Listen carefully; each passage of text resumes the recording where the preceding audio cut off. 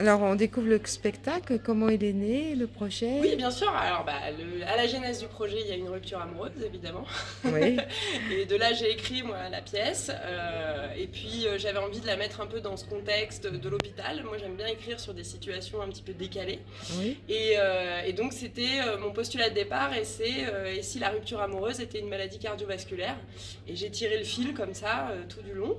Et puis après, j'ai été rejoint par mes camarades qui étaient dans la même école que moi, au studio de formation théâtrale de Vitry-sur-Seine. Puis je leur ai parlé du projet, puis ils ont été emballés, et du coup, on a décidé de monter ce spectacle.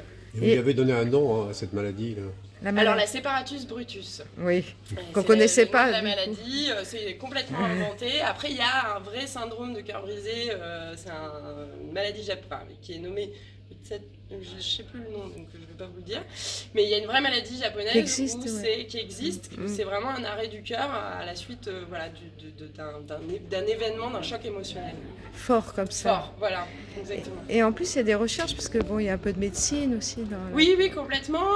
Moi, c'est ça. Après, en fait, quand j'ai vécu ma rupture amoureuse, je suis quelqu'un qui aime bien aller lire plein de choses. Donc, j'ai trouvé des choses scientifiques, j'ai trouvé des choses sociologiques, justement, où on discute qu'est-ce que l'amour romantique, que finalement, il est né aussi l'amour romantique. Avant, on se mariait pas de la même manière que maintenant. Et donc, voilà, moi, je me suis aussi rendu compte autour de moi qu'il y avait beaucoup de gens qui vivaient des ruptures. Et c'est vrai qu'au fil de mes lectures, soit je trouvais que la rupture amoureuse était traitée de manière très très très douloureuse, très dure, et du coup ça nous paraissait insurmontable. Et du coup moi j'aime bien jouer sur le côté où c'est un peu anodin, hein. Moi si je fais un petit pronostic, j'imagine qu'une personne sur deux va vivre une rupture amoureuse. Donc il y a quelque chose d'un peu anodin, et en même temps c'est très personnel, et quand ça nous arrive on a l'impression qu'on s'en remettra pas. Donc j'avais envie de jouer un peu sur ces deux tableaux, et voilà. Et apprendre après à vivre seul sans cet amour. Voilà, C'est difficile, exactement. quoi. Moi, j'avais pas envie que ça devienne quelque chose qu'on donne des leçons, en fait. Donc, la seule leçon, entre guillemets, c'est apprenons à vivre avec nous-mêmes, et peut-être qu'après, on vivra à deux. Mais il y a aussi quelque chose où il y a une pression de la société pour forcément former un couple, pour forcément vivre à deux. Et donc, j'avais aussi envie d'explorer tous les types d'amour, et aussi l'amour de soi. Tout à fait, c'est ce qu'on a compris. Apprendre à apprivoiser la solitude et même peut-être à l'aimer même. Complètement, oui, Oui, c'est ça. à l'apprivoiser et à l'aimer, à savoir, parce que je pense que quand on vit une rupture amoureuse, c'est la chose la plus compliquée, c'est comment est-ce qu'on arrive à de nouveau être seul. On a été beaucoup à deux, et du coup comment est-ce qu'on fait pour être seul, pour s'apprécier soi-même, pour vivre avec soi-même, et que cette solitude ne soit pas juste douloureuse en se disant ah je suis toute seule, je suis toute seule, je suis toute seule. Et il y a quelque chose un peu de la société aussi qui nous fait faire ça. Moi j'arrive dans la trentaine par exemple, et on dit souvent alors t'as un copain, t'as un amoureux, etc. Et c'est aussi dire non, mais si les gens sont célibataires et heureux de l'être, pourquoi pas. Oui, c'est de plus en plus, hein,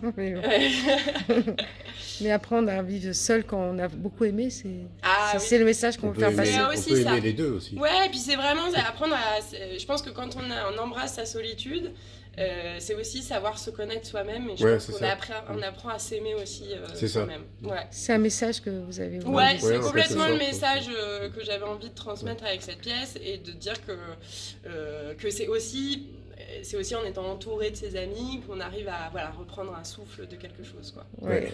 Et c'est pour ça, puis le gestuel, en fait, quand ils jouent sur scène, quand tous les gestes qu'ils font, c'est ce qui sort d'eux, quoi.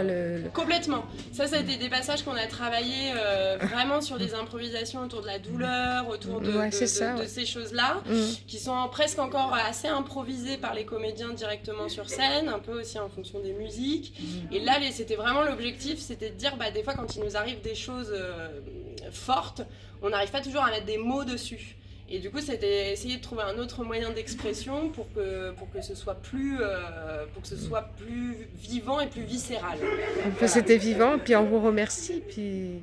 merci à vous. Et à Avignon, alors. Et donc à Avignon, au Théâtre des Barriques, à 16h45, tout le mois de juillet.